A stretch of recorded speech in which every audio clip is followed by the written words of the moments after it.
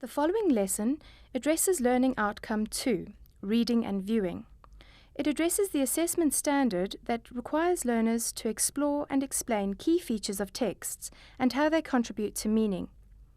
Learners should be able to describe plot, subplot, character portrayal, conflict, and dramatic purpose.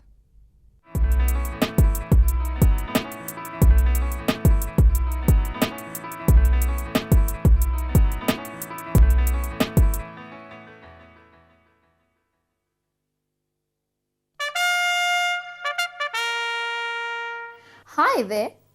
Often in your study of literature, you are asked to discuss characterization. In this lesson, we will learn what is meant by character and characterization, and we will have an interview with one of the characters from the play, Macbeth, Lady Macbeth.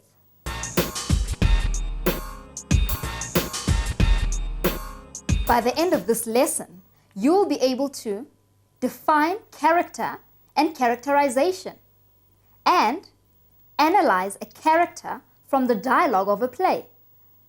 Let's start by asking ourselves what exactly is meant by character and characterization, and what the differences are between these two terms. Characters are the people in a play. We come to know them by what they say or don't say, and what they do or don't do.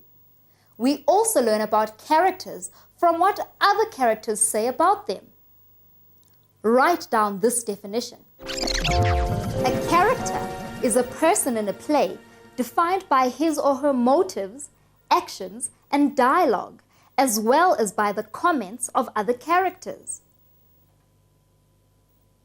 In drama, you will also find different types of characters, like flat characters, round characters, stock characters, static characters, and dynamic characters.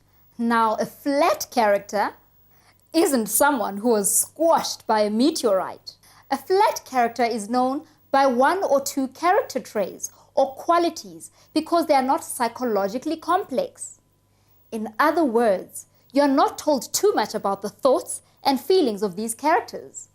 They are included to help tell the story, not because the story revolves around them. What do you think is meant by a round character? Round characters are complex, and they often display the contradictions and internal conflicts found in most real people. So, round characters will be explored in quite a lot of detail, and over the course of the play, you will learn a lot about their thoughts and feelings. Some flat characters are recognized as stock characters. They embody stereotypes, like the mad scientist or evil stepmother.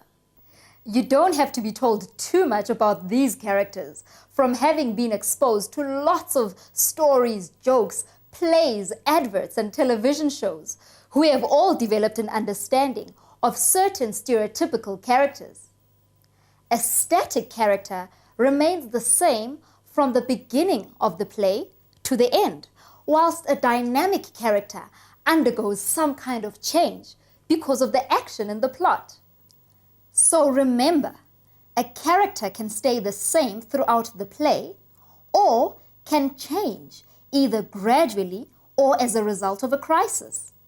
So, when a character changes, the change must be within the possibilities of the character, sufficiently motivated, and allowed sufficient time for change. If that's what a character is, what is characterization? Characterization is the process by which a playwright makes that character seem real to the audience. Characterization refers to how a character is presented. In a play, the playwright doesn't tell us about a character. Instead, we are shown the character talking and behaving, and we must make up our minds about the character's motives and personality. What then should we examine when we are trying to decide what a character is like? Do you have some ideas?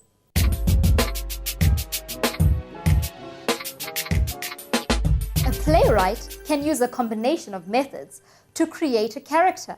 So, when you have to analyze a character in a play, try to cover these points in your discussion. Their appearance. Shakespeare gives very little of this kind of information, but if you watched a play being performed, the actor's appearance would give you lots of clues about character, actions, emotions, words, motivation, and their thoughts. Shakespeare uses the technique of the soliloquy to convey the character's thoughts to the audience. By the way, do you know what a soliloquy is? A soliloquy is a speech by a character alone on the stage, speaking to himself or herself. The character speaks aloud his or her thoughts and feelings. Soliloquies work very well in plays because they enable the audience to glimpse at the character's private thoughts. These are often quite different from the appearance that the character gives in front of other people. So, let's see how Shakespeare uses a soliloquy to reveal many things about Lady Macbeth's character. Hello, Charlotte. I believe that you are about to interview Lady Macbeth. Hi, Nellie, yes. We're here at a theatre where in a few moments we will be meeting up with the infamous Lady Macbeth. That sounds very exciting. But while we wait, could you give us a brief summary of what the play Macbeth is all about? Yes, Nellie.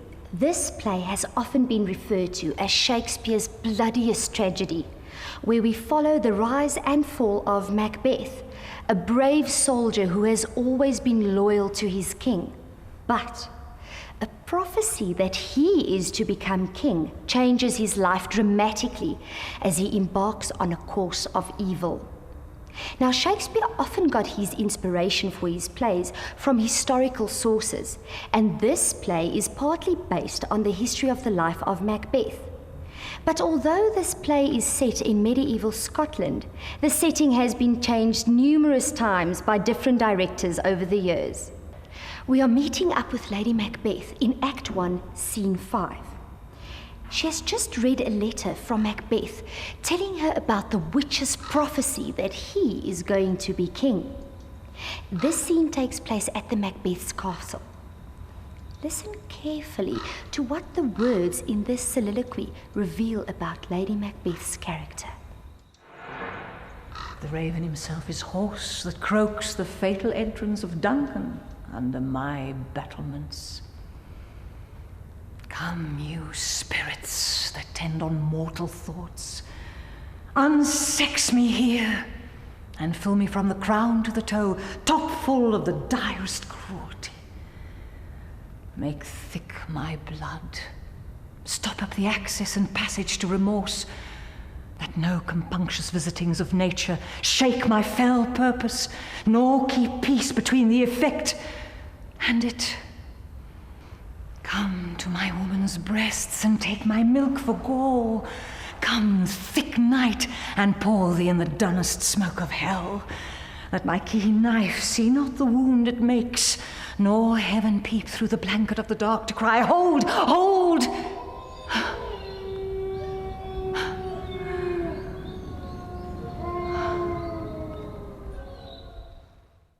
Lady Macbeth, you have been described as one of Shakespeare's most famous and frightening female characters. Why? I disturb people. From the moment they meet me, they realize that I am ruthless and more ambitious than my husband. I will stop at nothing to get what I want. How do you plan to make Macbeth king? The only way is to kill the king, to kill Duncan. And how fortunate for me to receive a message that he's on his way to spend the night here. How do you plan to kill him? Macbeth will do it. He will take a knife and when Duncan is asleep, sneak into his room and stab him until he's dead. But will Macbeth do it though? Will he be able to kill his king? I would make him do it. He has never said no to me. I will tell him, when you durst do it, then you were a man. And to be more than what you were, you would be so much more the man. So you are going to manipulate Macbeth to believe that he must commit murder to prove his manhood? A woman has to do what a woman has to do. And sometimes that means persuading people to do something that they'd never dare. I'm ambitious, and nothing's going to stop me. Macbeth made a solemn promise to undertake this plot against Duncan, and this is how far I would go to honor that oath. I have given suck and know how tender it is to love the babe that milks me. I would, while it was smiling in my face, have plucked my nipple from his boneless gums and dashed the brains out, had I so sworn as you have done to this.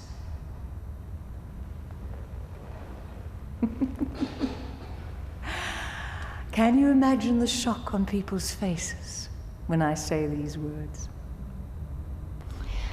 I've got a copy of the play here and of the things you said earlier in the soliloquy. Could you explain to us what you meant? I have to drench myself in evil. When I say, "Come, you spirits," I'm calling to the spirits to unsex me, to make me less female. I want them to take away all my femininity, any loving feelings that I might have. I want them to fill me up with the direst meaning, the bitterest cruelty. I ask the spirits to make my blood thick, so that no pity can flow through my veins. I don't want to feel any compassion, any sympathy, any kindness, because that would prevent me from what I have to do, and I would not achieve what I want, to become Queen of Scotland. I ask the spirits to replace my milk with gore, with bitterness and poison, and then I want the darkness to cover me so that nothing can stop me from doing what I must to become Queen of Scotland.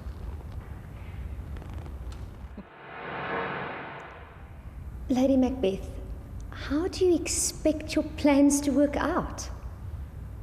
Macbeth will be king, and I will be Queen of Scotland, of course. Did you see how much a character's words and thoughts reveal about who they really are? From Lady Macbeth's soliloquy, we have learned that she is a powerful and ambitious woman. And on that grim note, it's back to the studio. The Macbeth's plan did not quite work out like they anticipated. Eventually, Lady Macbeth's evil deeds caught up with her. She's unable to deal with her conscience and goes mad. It is not explicitly stated in the play, but many critics believe that she committed suicide at the end. Here's a task for you to try.